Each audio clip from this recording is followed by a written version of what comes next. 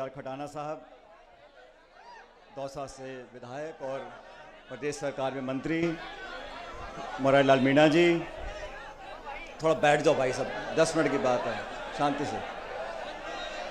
हमारे विधायक और एससी कमीशन के चेयरमैन किरारी लाल बैरवा साहब, वेद प्रकाश सोलंकी जी, राकेश पारिक साहब, PR मीणा जी, दर्शन सिंह जी पूर्व विधायक, हमारे ज़िले के अध्यक्ष कांग्रेस पार्टी के रामजीलाल ओट साहब, गीता खटाना जी हमारी पूर्व जिला प्रमुख महोदया, अजय बोरा जी, इंदा बैरवा जी, श्रीमती खूंटला जी, सीता मीणा जी, नरेश मीणा जी, मंच आसीन सभी नेतागण, इस कॉलेज के प्रांगण में इस सभा में मौजूद सभी आदरणीय बुजुर्गों, माताओं, बहनों, नौजवान दोस्तों, हमारी पार्टी के सभी पदाधिकारीगण, युवक कांग्रेस के, महिला कांग्रेस के, सेवा दल के सभी पार्षदगण, सभी पंच सरपंच और आप सब लोग जो आज स्वर्गीय पायलट साहब की मूर्ति के अनावरण के कार्यक्रम में आए हो, मैं आप सबका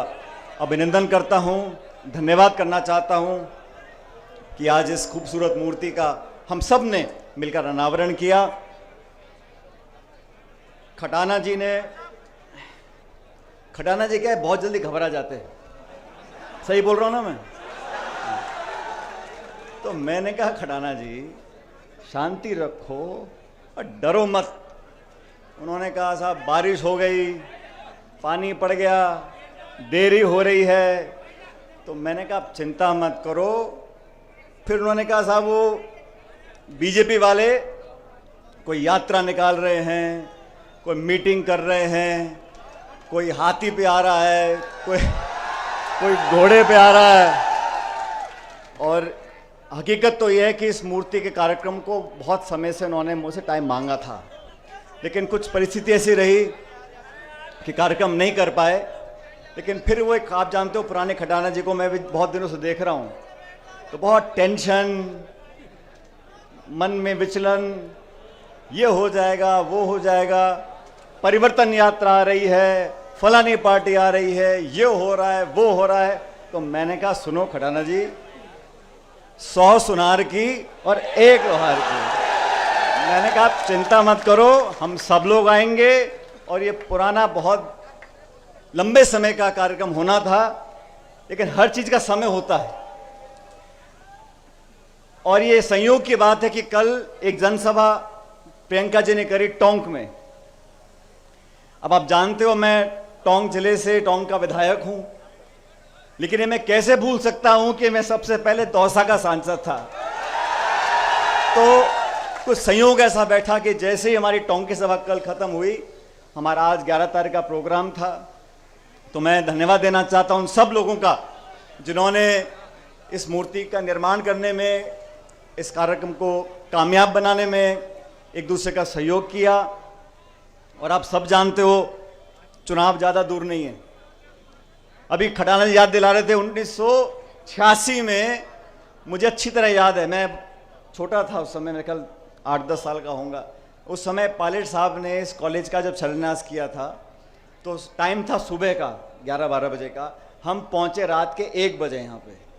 उन दिनों सड़कें छोटी थी, एम्बेसडर गाड़ी थी, डीजल की थी, बार बार गर्म हो जाती थी, रुकना पड़ता था। और साथ में आए थे उस समय सांसद थे अमिताभ बच्चन जी। मुझे जब इन्होंने कहा तो एकदम से याद आया कि हम अलवर होते हुए बांदीकुई पहुंचे, लेकिन रास्ते में बहुत जगह रुकते हुए आए और 8-10 घंटे देरी से आए। और उस समय भी लोगों के अंदर बहुत उत्साह था, बहुत जोश था। अब ये देखो खटाना जी, आपकी किस्मत ही ऐसी है, आज बिना अमिताभ बच्चन जी के भी मामला जमा हुआ है ठीक ठाक। क्यों भाई?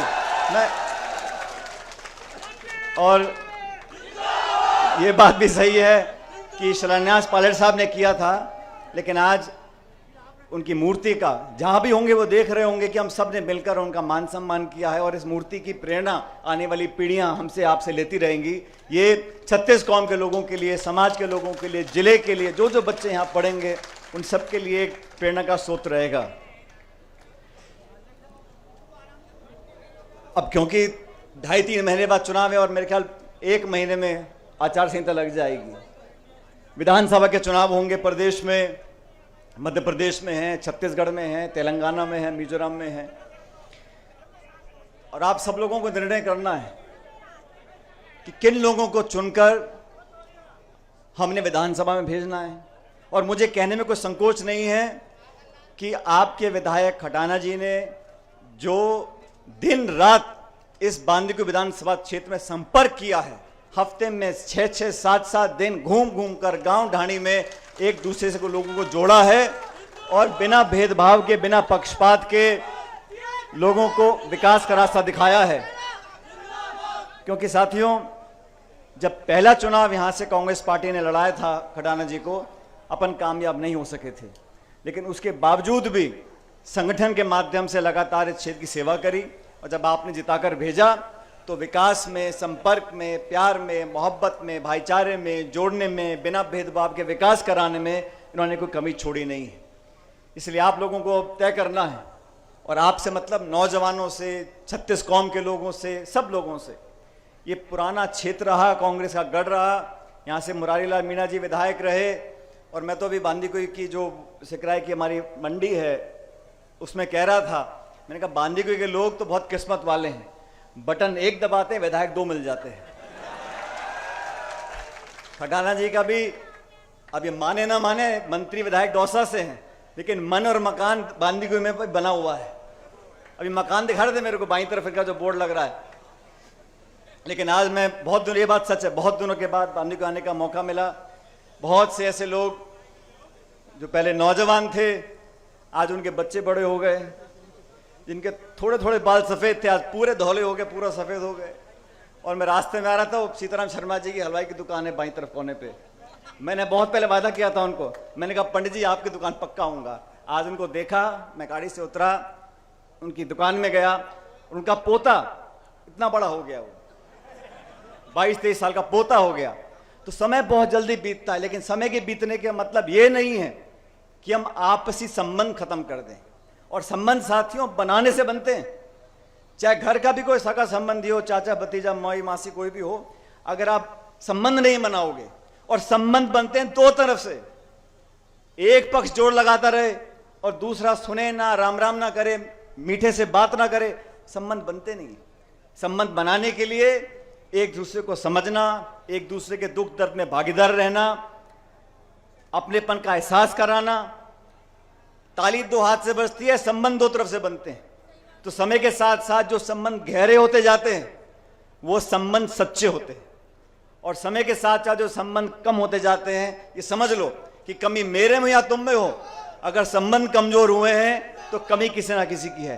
लेकिन मुझे फक्र है, मुझे गर्व है, मुझे अभिमान है कि हम लोगों का संबंध इस क्षेत्र से, इस तहसील से, जिले से जितना पहले था, भगवान की कृपा है, आज पहले से ज्यादा हो गया है। और ये सब, इसका श्रेय मैं आप लोगों को देना चाहता हूं, क्योंकि मैं भी भागदौड़ में लगा रहता हूं। आप जानते हो, मैंने इस कार्यक्रम का आयोजित किया। इसका उद्देश्य सिर्फ मूर्ति की स्थापना करना नहीं था, इसका उद्देश्य था कि वो बात, वो सिद्धांत, वो वादे, वो विचार जो स्वर्गीय पायलट साहब ने अपने पब्लिक लाइफ में, सार्वजनिक जीवन में कहे और करे, उसका अनुसरण हम कैसे कर सकते हैं। मुझे अच्छी तरह याद है, बचपन से मैं देखता था पायलट साहब के हर भाषण में बोलते थे कि कृषि को उद्योग का दर्जा मिलना चाहिए, किसान का क्रेडिट कार्ड होना चाहिए। 20 साल बाद अब जाके सरकारों ने उस काम को किया कि किसान क्रेडिट कार्ड मिलना शुरू हो गए। आज जरूरत इस बात की है कि किसानों के बच्चे इन कॉलेजों में पढ़ें और पढ़ लिख कर उन पदों पर बैठ जाएं जहां से नीति बनती है, जहां से कार्यक्रम बनते हैं, जहां से बजट साइन होता है। अगर उन कुर्सियों पर गरीब और किसान के बच्चे बैठेंगे, उस अधिकारी को, उस नेता को बताने की जरूरत नहीं पड़ेगी कि किसानी में कितनी लागत लगती है, खाद बीज पानी कहां से आता है, फसल का बीमा कहां से होता है, गाय भैंस बकरी कहां से आती है। तभी मैं कहता हूं, पायलट साहब भी कहते थे, गरीब गांव ढाणी में पैदा होने वाले बच्चे बच्चियां, उनको शिक्षा का वरदान मिले, वो पढ़ लिख कर कामयाब हों, जो व्यवस्था इस देश में, संविधान में बनाई है, उसका पूरा उपयोग वो कर सकें, तभी परिवर्तन आएगा, तभी बदलाव आएगा, तभी देश विकसित होगा। और देश जब आगे बढ़ रहा है, चिंता मुझे इस बात की रहती है साथियों, हमारे देश में जो खाई है गांव और शहर की, अमीर और गरीब की, वो लगातार बढ़ती जा रही है। आज जो संपन्न है, जिनकी जेब में बहुत पैसा है, उनको रोकने वाला कोई नहीं है। और जो गांव गरीब जैसे हाल में कल था, आज बहुत ज्यादा सुधार हो नहीं सका, क्योंकि उस सोच के लोग बैठे नहीं है दिल्ली की सरकारों में, जिनके मन में पीड़ा हो। आज 9 साल से एक सरकार दिल्ली में बैठी है, बजाय भाषण देने के और ज्ञान बांटने के और विज्ञापन थपनाने के, ऐसी कौन सी नीति बनाई है मुझे बता दो आप लोग। नरेगा की योजना हमारी सरकार लेकर आई, शिक्षा का अधिकार हमारी सरकार लेकर आई, रोजगार का अधिकार हमारी सरकार लेकर आई। गरीबों का 75,000 करोड़ ऋण किसने माफ किया? कांग्रेस सरकार ने माफ किया। बीजेपी की सरकार जनता ने बनाई 2014 में, उसका मैं सम्मान करता हूं, क्योंकि जनता के आगे कोई नहीं है। उस सरकार बनाने के बाद हुआ क्या? नोटबंदी कर दी, जीएसटी लगा दिया, गैस का सिलेंडर 1100 रुपए का बिक रहा है। ऐसा क्या कारण है कि केंद्र की सरकार जो पूर्ण बहुमत की सरकार है, मिलीजुली सरकार नहीं है। हमारी सरकारों में बहुत दबाव होते थे, सहयोगी दल कुछ मांग करते थे, दबाव में हम आ जाते थे, लेकिन पूर्ण बहुमत की सरकार बनी हुई है। किसानों के खिलाफ 3 कानून आपने बना दिए। नौजवान जो फौज में जाना चाहते थे, आज आपने अग्निवीर की स्कीम लगा दी कि फौज में भर्ती हो जाओ और 4 साल में छुट्टी। वो बापड़ा 4 साल बाद के करेगा क्या? उद्योगपति परेशान, नौजवान परेशान। हां, चुनाव आ जाए तो नई डेट आती रहती है। अभी राम मंदिर का उद्घाटन 1 जनवरी को होगा, 20 जनवरी को होगा। अरे तुम आज ही कर दो ना, कौन मना कर रहा है? लेकिन मंदिर का, मस्जिद का, राम और रावण का, हिंदू का मुसलमान का, कोई कुछ हो जाए, मैं कहूं यार टमाटर 200 रुपए किलो क्यों बिक रहा था? पाकिस्तान चले जाओ। महंगाई बढ़ गई, उद्योग बंद हो गए। इस देश में जो हमारी बड़ी बड़ी संपत्तियां थीं, रेल, तेल, बड़े उद्योग, हवाई अड्डे, कारखाने, बिजली घर, वो सब औने पौने भाव में लोगों को बेच बाच दिए। और हमको पता यूं नहीं पड़ता कि मीडिया में छपता ही नहीं। जो खबर नहीं छपानी होती वो नहीं छपती। लेकिन हिंदुस्तान का नाम बदल रहा है, भारत रखेंगे, इंडिया रखेंगे। अरे भाई, पहले से दोनों नाम हैं, तुमने क्या आविष्कार कर दिया? ये जो सोच है लोगों का ध्यान भटकाने की, मैं नौजवान साथियों से बोलना चाहता हूं, हम में कुछ कमी, आप हमें आके बोलो, कोई दिक्कत नहीं। लेकिन ये जो देश को लूट रहे हैं, इनको तो समझ लो। पहले खरबों रुपया विदेश चला गया। क्या भाषण दिए थे? सरकार बनाने के बाद पूरा कालाधन वापस आ जाएगा हिंदुस्तान में। कितना कालाधन वापस आया? जो अवैध बांग्लादेशी देश में घुस गए हैं उनको हम बाहर निकाल देंगे। कितने निकाल दिए आपने? ये झूठ और पाखंड की राजनीति ये जनता समझती है, और इसका परिणाम हमने कल देखा। ये बड़े बड़े रथ पर परिवर्तन यात्रा निकालने आए थे कल दौसा में। मुरारी जी, कितने लोग थे दौसा में? क्यों भाई? 200-300 कार्यकर्ताओं को लेकर परिवर्तन यात्रा करने जा रहे हो। अरे बड़े भाइयों, खिड़कियां खोल लो, देख लो जनता कहां खड़ी है। इनके पल्ले कुछ नहीं है, मेरी बात समझो, इनके पल्ले कुछ नहीं है। सिर्फ ध्यान भटकाना, लोगों को भड़काना, धर्म जाति की बात करना, सत्ता हासिल करना और राम राम जपना, इतना ही काम है। सब लोगों से सचेत रहना हमें बहुत जरूरी है, क्योंकि अब क्या, दुकान बहुत खुल गई।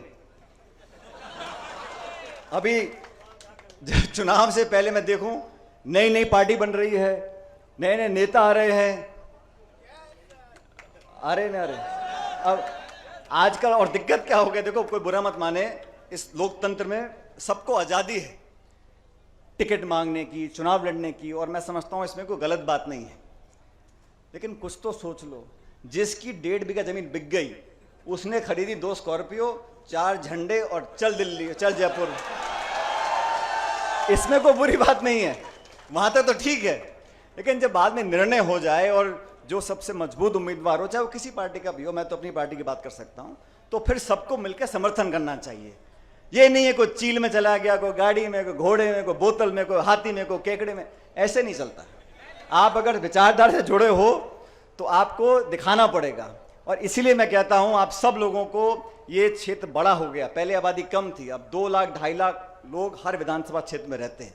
अगर कोई ये गलतफहमी पाल ले कि मैं तो फलाने गोत्र का हूं, फलाने जाति का, मैं तो चुनाव जीत जाऊंगा, संभव नहीं है। जब तक सबका मन नहीं जीतोगे, और काम से दिखाना पड़ेगा आपको कि आपके जहन में पक्षपात नहीं है, आपको जिसने वोट नहीं भी दिया उसका भी सेवक बनकर आप काम करोगे, तभी लोगों के मन में बसते हो। पर नेता तो बहुत हुए, मंत्री बहुत हुए, मुख्यमंत्री बहुत हुए, लेकिन नेता वो बनता है जो लोगों के दिल में राज कर सकता है, और लोगों के दिमाग में, लोगों के दिल में, लोगों के जहन में एक छाप छोड़ने के लिए बहुत मेहनत करनी पड़ती है, बहुत त्याग तपस्या करनी पड़ती है। और मैं शुरू में कहा था, अपनेपन का एहसास कराना पड़ता है। मुझे पूरा विश्वास है आप सब लोग, अभी वेद प्रकाश जी भाषण दे रहे थे, और वेद प्रकाश जी का क्या है, ये जो बोलते हैं तो बहुत आगे का सोच के बोलते हैं, लेकिन मैं ये जानता हूं कि जिन लोगों को जनता ने चुनकर भेजा उन सब ने मेहनत से काम करा है। और खटाना जी ने बांदीकुई के विकास में, ये इस बात को आप भी जानते हो, जितना पहले नहीं हो सका था उससे ज्यादा काम इस बांदीकुई में करा के दिखाया है। इसलिए अब आप सब लोगों से मैं निवेदन कर रहा हूं, 2-1 महीने का समय रह गया, अब मैं खटाना जी को बोल दूं कि टेंशन मत करो। बोल सकता हूं क्या? आप सब के सब दोनों हाथ खड़े करके बताओ कि बोलो टेंशन करने का नहीं है। खटाना जी अभी टेंशन करने का नहीं है, खुल के काम करो 2 महीने और फिर जनता जिता के कांग्रेस पार्टी को भेजेगी यहां से। मैं आप सब लोगों का धन्यवाद करना चाहता हूं। मेरे साथ जोरदार नारा लगाना है कांग्रेस पार्टी का, कांग्रेस पार्टी। सब्सक्राइब करिए हमारा चैनल लोक समाचार और बेल आइकन दबाना ना भूलें ताकि लेटेस्ट वीडियो सबसे पहले आप तक पहुंचे।